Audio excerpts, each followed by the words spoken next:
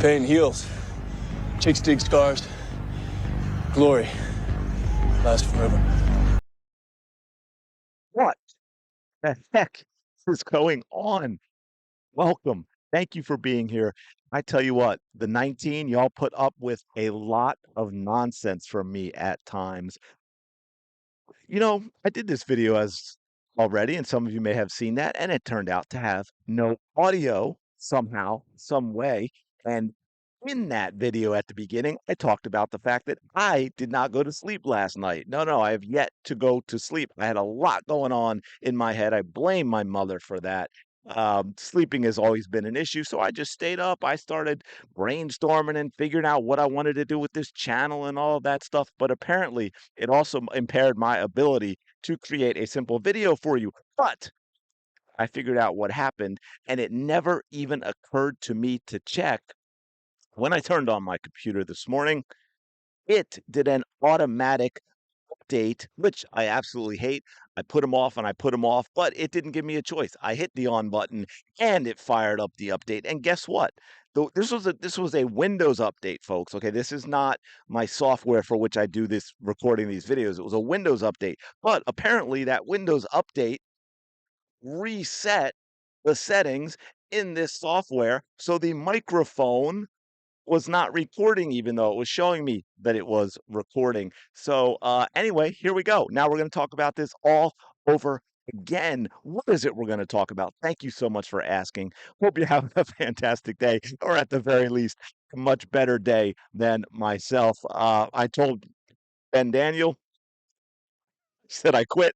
I'm closing down the channel. I'm done. I can't take it anymore. Which of course I'm not doing, which is why I am here. Thank you so much for checking this out and giving it yet another chance. So here we go. As you can see, Sarah Jane Gemelli, Gamely. I have no idea, nor do I care. This is a so-called WNBA reporter. Yes, she covers WNBA, covers hoops. If you look over to the right, women's hoops. Manager at Ball is Life. That's partner with Ball is Life. And of course, UConn alum, which tells you a lot right there. She blocked me a long, long time ago. She loves to live in her little bubble.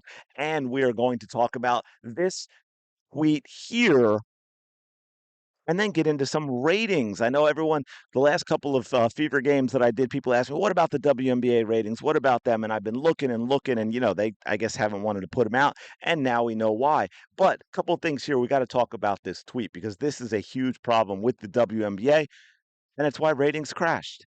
Yes, the ratings crash. We'll get to that in a minute. Stay tuned. Proof that the WNBA is thriving. Yeah.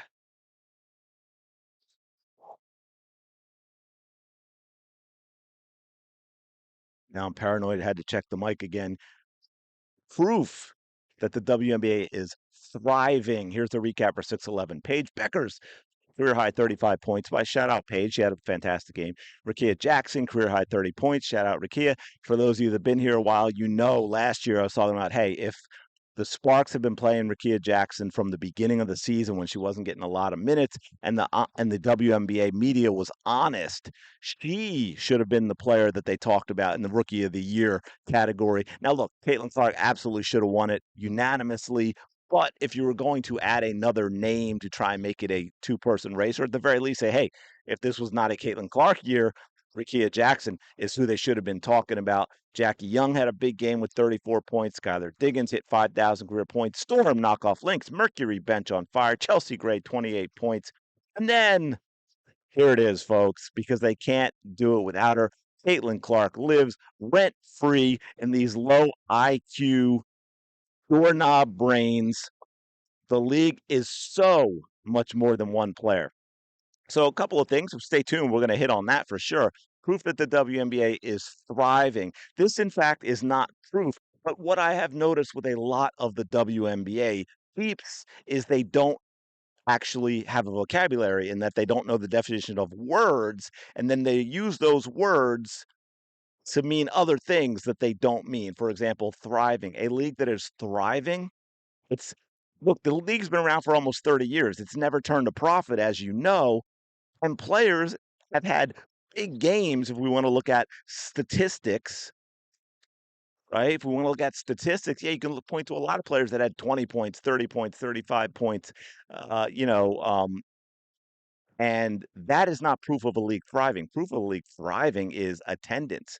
Proof of the league thriving is ratings. Proof of a league thriving is it's bringing in a lot of money. That is a thriving league. It's just like this whole, people talk about what do they always talk about? The WNBA is a physical league. And what's the other thing, right? It's the most competitive league in the world. I don't know that that's true, but even if it is, it doesn't matter. It's not about whether they're competitive teams playing each other or not. It's the quality of the product, and the quality of the product has never been there before. The league is not thriving, and listing off players having big scoring nights is not proof of a thriving league. This is the intellect of a 5-year-old. I'm sorry, Sarah, but it's true. And you could respond if you didn't have me block. I would have been happy to lay it out for you. So, about those ratings that we've been talking about, right? About those ratings that we've been talking about. WNBA TV ratings down more than 50% since Caitlin Clark injury. Yes, yes, you read that correctly. This is the USA Today. It's also the New York Post had an article about it, so let's take a look. Yes, a significant dip in the WNBA ratings. The league's TV ratings have declined with Caitlin Clark sidelined. Shocker to all of us. Nationally televised WNBA viewership is down 55% since her injury, according to Nielsen. That is absolutely insane. And of course, Fever national TV games also down 53% since Clark injury. 1.81 million average viewers for Caitlin Clark in her 4 games. 847,000 viewers since her injury for Fever national TV games. That is a huge. Now, what's crazy is Caitlin Clark viewership has been declined by more than half as well, and yet that's still more than double what WNBA games did last year without Caitlin Clark. That is how huge Caitlin Clark is when it comes to the WNBA. And oh, Sarah, this kind of puts, the lie to what was that last thing you said that you had to throw in there? Even though this tweet has nothing to do with Caitlin Clark, you had to put in the league is so much more than one player. Again, no, it isn't. Players have always done this throughout the history of the WNBA. But the WNBA getting recognition and viewership, as we have seen, is absolutely 100% about one player. And crazily enough, it's about the one player that the WNBA and its media sycophants, always on their knees for the league, have done everything they can to diminish, to destroy, to get rid of. They want all the benefits of the viewership and the ratings that Caitlin Clark brings. They want none of the other stuff that comes with it. They don't ever want to hear a word of criticism. They don't ever want to have to deal with fans. They just want the money. It's absolutely kind of wild when you think about it. But anyway, so there you go for the peeps I was talking to. It absolutely, the WNBA is getting cooked without Caitlin Clark playing. That is not good. We've got CBA negotiations, right? That's got to happen before 2026. If anyone on the WNBA side has any intelligence whatsoever and actually cares about the league, as opposed to Kathy, who'll probably just do her best to give the players everything they want. If the WNBA has someone who says, hey, you know what? We've got to do what's best for the league and to grow the league, the players are in for a rude awakening because we can show number after number after number that says y'all ain't doing what you need to be doing to get paid the way you want to get paid. It's all Caitlin Clark. And y'all better wake up to that. Maybe get some media training, maybe start saying some good things about her, maybe be likable, and see if we can grow this game. Because going forward, you can if some changes are made, right? If this becomes a more guard-oriented, a smaller player league, that is going to do a lot for the product on the court because in general, and I think even more so on the women's side than the men, your shorter players a little more skilled, but also just more athletic. They're quicker, they're faster, they're more explosive, they jump higher, and all that in a sport like basketball means a lot in terms of the entertainment value of the league. I want to leave you with one more thing, and I'm glad I got to, maybe I look on the bright side of screwing up the first video is I had this tab open because I wanted to talk about it briefly and I forgot. So here now we get that chance because one, I love watching Women's College World Series, right? The softball, absolutely fantastic to watch. The vibe, the entertainment value, the skill, the quality, love it. But this one, I also just wanted to throw in for those that like to say that the people are only watching for Caitlin Clark. They're those is not even the R, right? Maybe the misogynists, the sexists, and they don't like women's sports, but for some reason they like Caitlin Clark. College World Series, man, 3-game Texas Tech,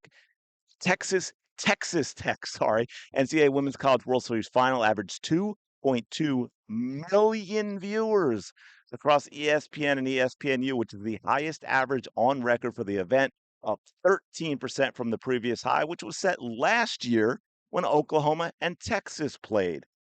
And I was looking at back through, there were a lot of games that do well. Women, it's not about it being women, folks. It's just the quality of the product of the WNBA.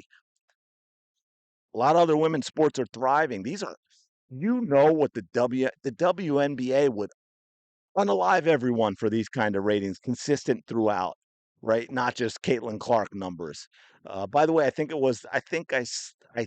wasn't able to confirm it because I saw it in a tweet and I couldn't find a source like that actually, the source that gives the number. But I think the Liberty Sky threw like 606,000, I think, which is actually pretty good for a non-Caitlin Clark game, but it's not going to get the players the CBA that they actually want. But yeah, I'm going to leave it there, man. And women,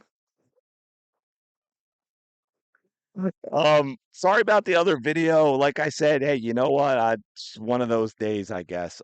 Smash the like button, subscribe to the channel. As always, appreciate you so much for being here.